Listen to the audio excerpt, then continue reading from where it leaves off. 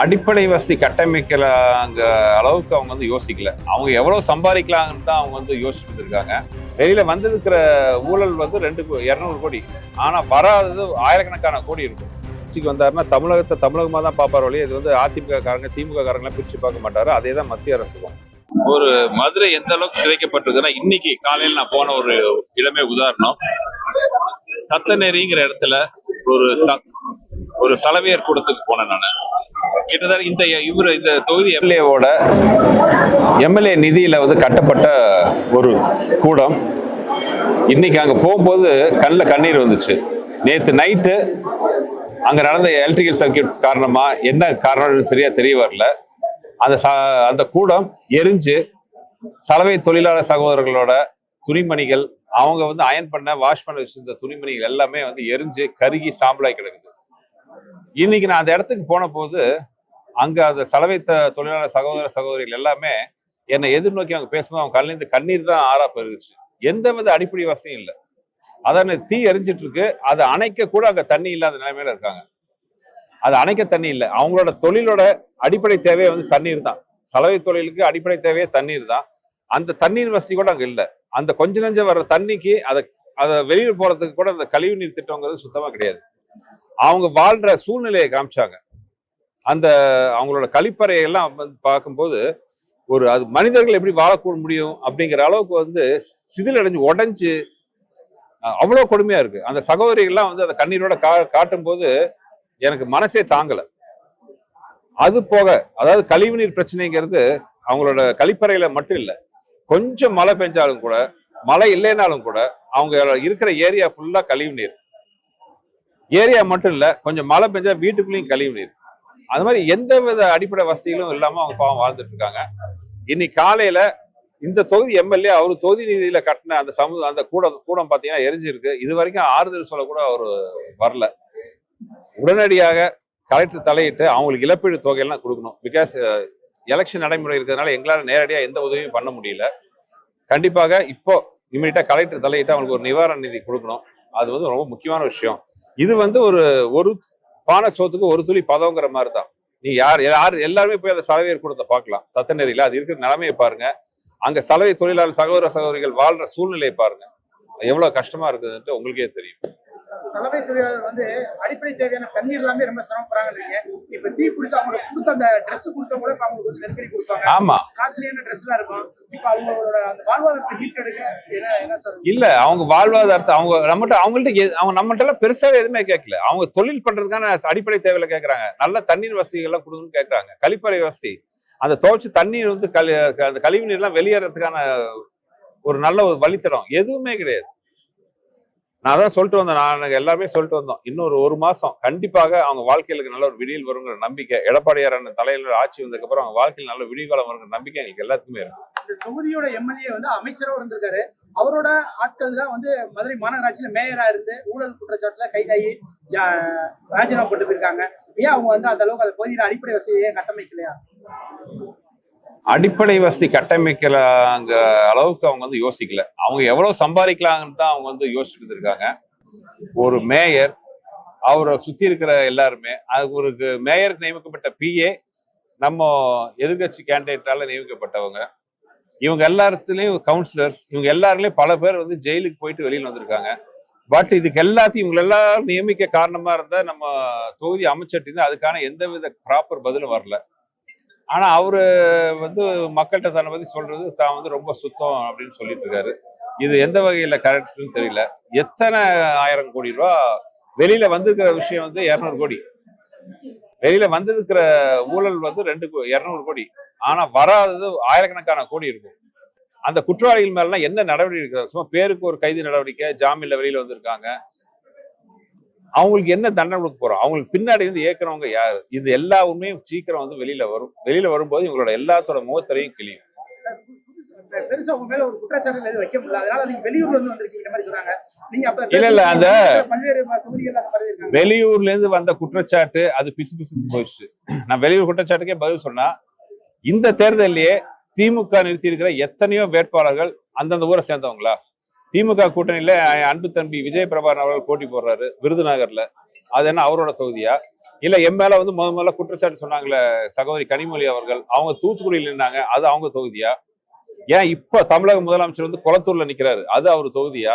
இல்ல தமிழக மதிப்புக்குரிய தமிழக துணை முதலமைச்சர் திரு உதயநிதி ஸ்டாலின் அவர்கள் சேப்பாக் ட்ரிப்ளிகேல நிக்கிறாரு, அது அவர் தொகுதியா?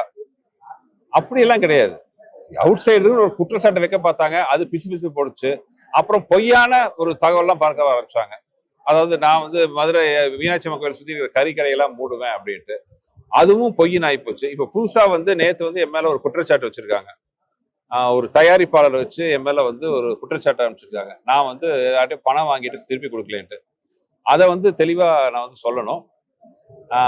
ஒரு 1 வருஷம் 2 வருஷம் முன்னாடி 2 சகோதரர்கள், மிஸ்டர் மணின்னு ஒருத்தர், அப்புறம் மிஸ்டர் அசோக், இவங்க 2 சகோதரர்கள், அவங்க படம் பண்ணுட்டு வந்து என்னை வச்சு ஒரு படம் எடுத்தாங்க. நான் நடிக்கிற மட்டும் வச்சு. அப்போ அவங்க வந்து என்னோட ரசிகர்களா இருந்தாங்க. என்னை வச்சு என்னோட டைரக்ஷன் ஒரு படம் பண்ணணும்னு சொன்னாங்க. எனக்கு அவங்க வந்து ரொம்ப ஒரு சகோதரர்கள் மாதிரி தான் பழகினேன். அதுவும் அந்த 2வது இருக்கிற அசோக் வந்து என்னோட கூட பிறந்த தம்பியா தான் நினைச்சேன் நான். அதுக்காக வந்து பேச்சுவார்த்தை நடத்தி அந்த படம் ஆரம்பிக்கலாம் அப்படின்னு ஒரு முடிவு பண்ணி அதுக்கான ஒரு அட்வான்ஸ் தொகையை வழங்கினாங்க. வழங்கிட்டு ஷூட்டிங்கான ஏற்பாடுகள்லாம் பண்ணும்போது அப்போ என்னோட அரண்மனை 4 படமும் ரிலீஸ் ஆயிருந்துச்சு. பெரிய மாபெரும் வெற்றி படமா ஓடிட்டு இருந்துச்சு.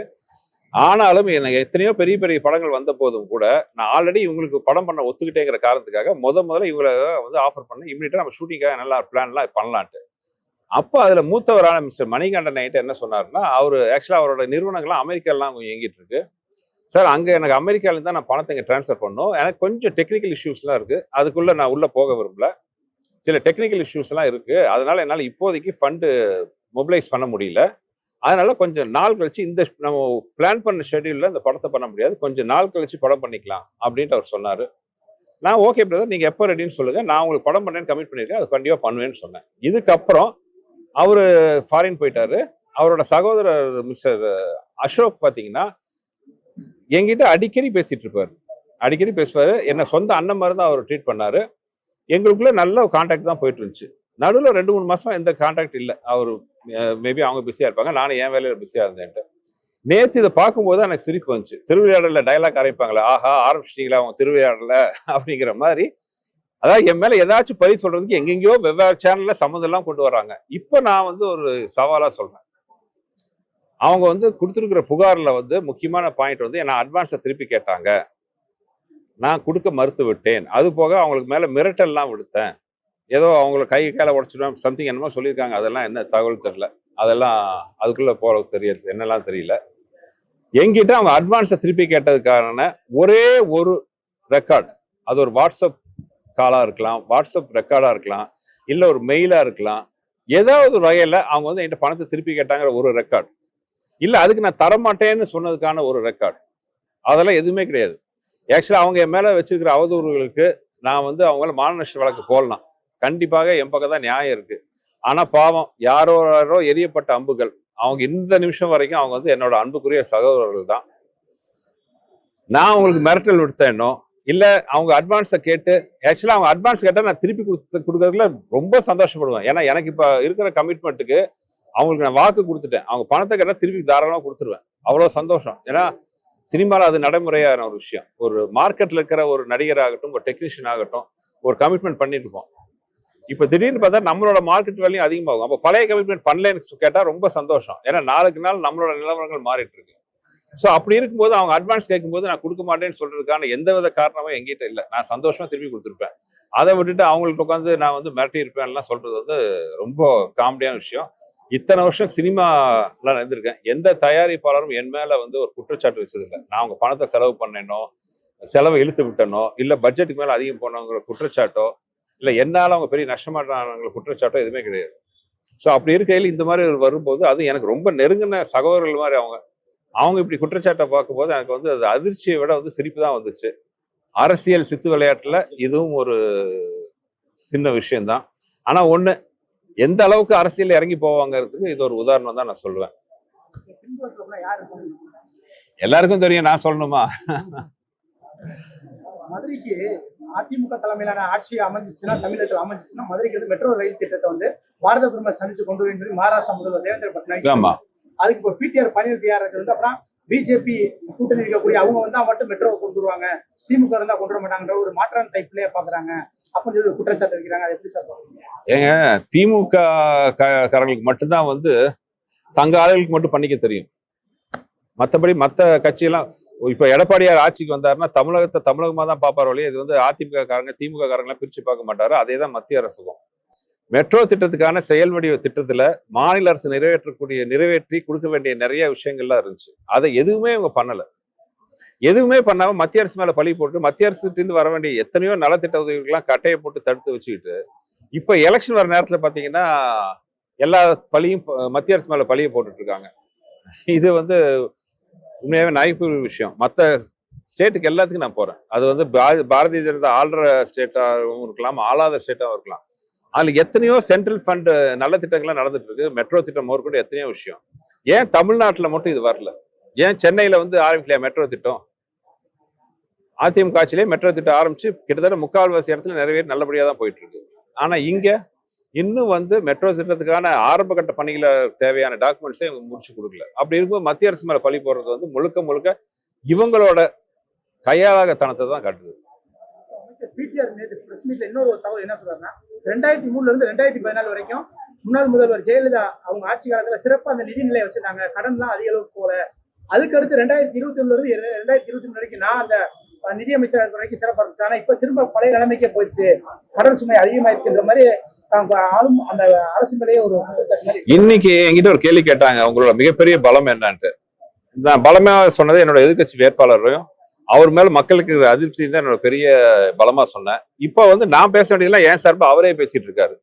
அதுவே மிகப்பெரிய நன்றி. இந்த திமுக அரசு என்னெல்லாம் பண்ணலையோ அது வந்து நாங்க சொல்றதை விட அவரே நிறைய சொல்றாரு. அதுக்கான ரெக்கார்டெல்லாம் நிறைய வேற இருக்கு. இப்ப நீங்க சொல்றதே புது விஷயம்.